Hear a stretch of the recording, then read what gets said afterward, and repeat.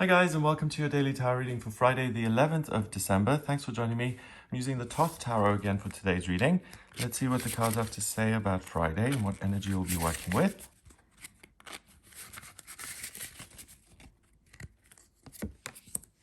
We've got the Fool, the Moon, and the Ten of Wands. All right. So the Fool is the first and the last card of the major arcana. It's 0. Sometimes it's before the Magician, sometimes it's after the World. And the Fool is that step of the process where something is conceived in your mind's eye, in your consciousness. So we've got this young man here at the center of all these circles. He's got the sun down here in his kind of groin area. Then we have some flowers. We have a caduceus kind of going into his heart chakra, going out into this dove, a butterfly, transformation, healing, spirituality, energy, power, self-belief, strength, purity and clarity of vision, and this endless circle of going round and round and round. The one thing that connects all these circles is his heart chakra, this love that he has for life, a sense of optimism, opportunity, that there is potential that is unfulfilled and that he can really go on a journey, and that journey isn't just going to be painful. It's going to be something where he can make the world fit his needs. He can have loads and loads of experiences that are beyond his imagining. And the point is really that all he needs is this belief in himself.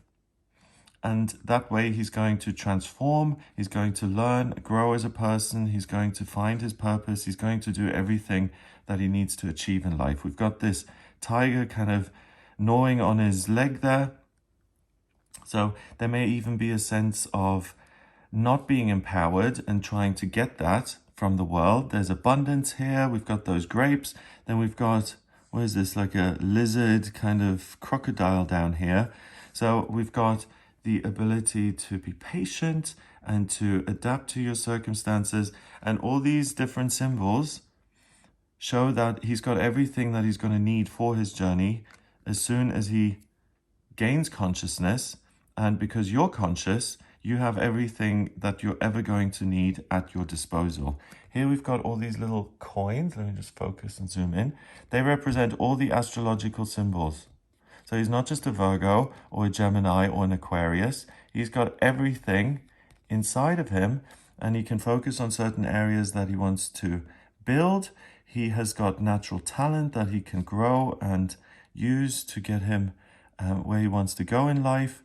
We've got these two kind of cupids together. There's the potential for love, and he's really looking forward to his journey, and he can shape himself into whatever he wants to be. It's a really good card, especially in this deck, because it shows that you don't have to feel like you or your personality, that it's set in stone, that you're kind of doomed to live out this life that has been destined for you. I really believe that we all choose our families, and that we do have a soul contract, and that we choose certain attributes and certain things that we need to overcome. But that doesn't mean that we're locked into this one path. We can choose an infinite number of paths, and as we go through life and as we make different decisions, we can really bring whatever we want into our consciousness and into our being. So this is ultimately the total empowerment card. It's saying you're on your journey, and just because the past has been a certain way, or your experiences have been you've experienced things in a certain manner, that doesn't have to dictate what your future is like. So this is almost like you've got a clean slate. You can start over. All you have to do is get in touch with yourself, the love that you have for yourself, and from that stems everything else. And that's really interesting again, and I'll move on to the next cards, but the law of attraction is a real thing. And if we go out in the world and we're angry and distrustful, then we're going to attract situations which kind of confirm that to us, and often it's negative. And if we go into the world with an open mind and an open heart, then yes, we do experience negative things at some point. We also experience wonderful things. But the trick is to realize that you are never hardened to the point where you cannot change anymore. You're always kind of malleable. You can always tweak yourself and the future and whatever happens to you on this planet. So it puts all the power in it gives you all the power that you need to design whatever future you want or present that you want. And it also means that you can look at the past and you can come to terms with it and you can integrate it. You don't need to live out negative patterns that you've experienced before.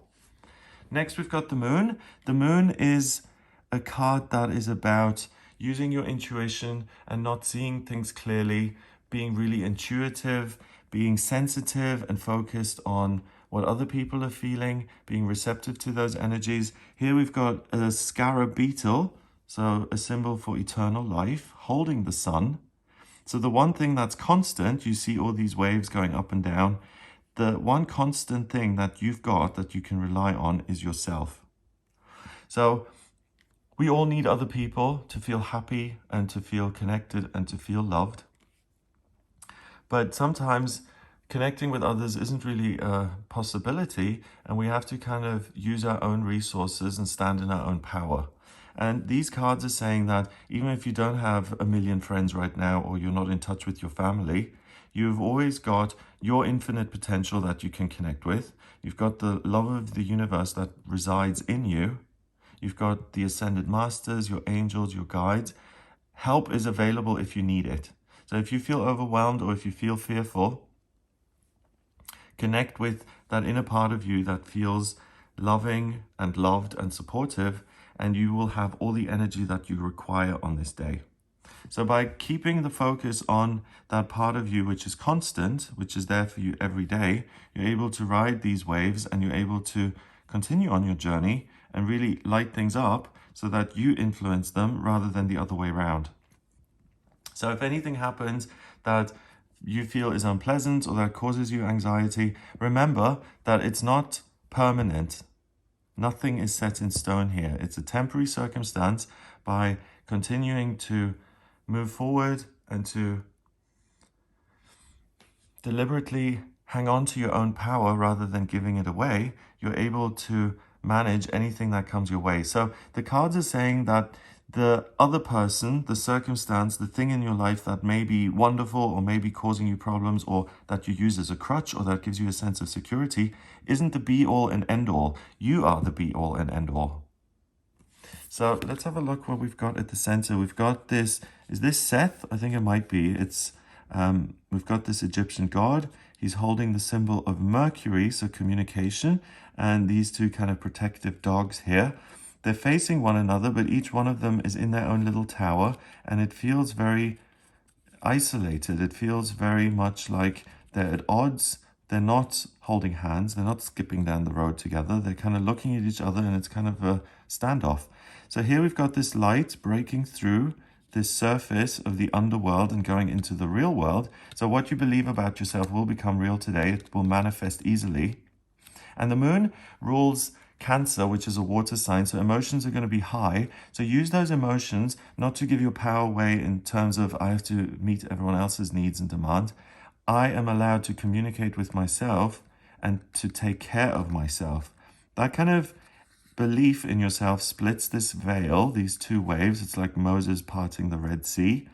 And then we're going up and something opens up. We've got the crescent moon down here and the water flowing down, so all the emotions, but we've got this red thread, and that really is your sense of yourself, and that transcends everything.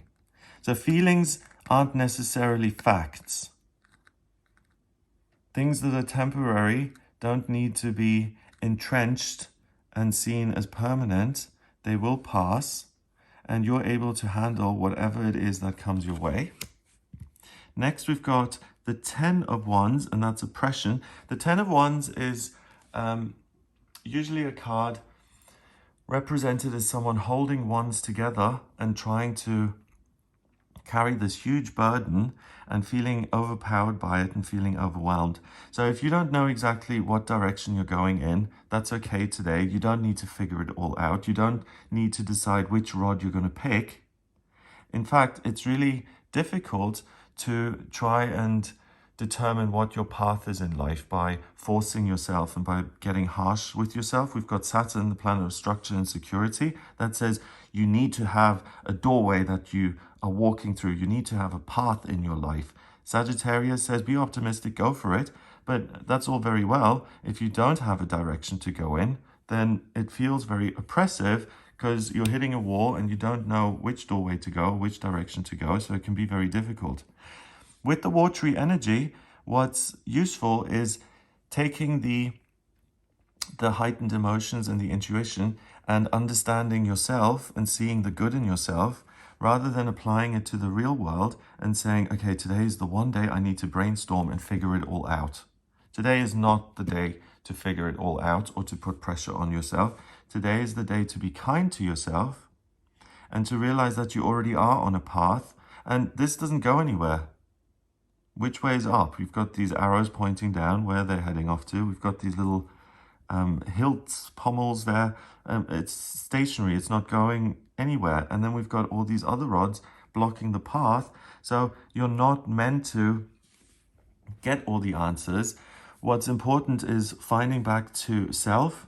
And that in itself is the one and only answer that you need. Because if you find your way back to yourself through anything that's going on in your life, ups or downs, and you reconnect with the love that you have for life, the process of living, yourself, the universe, all your other problems really just go poof, and you become the center of your own universe.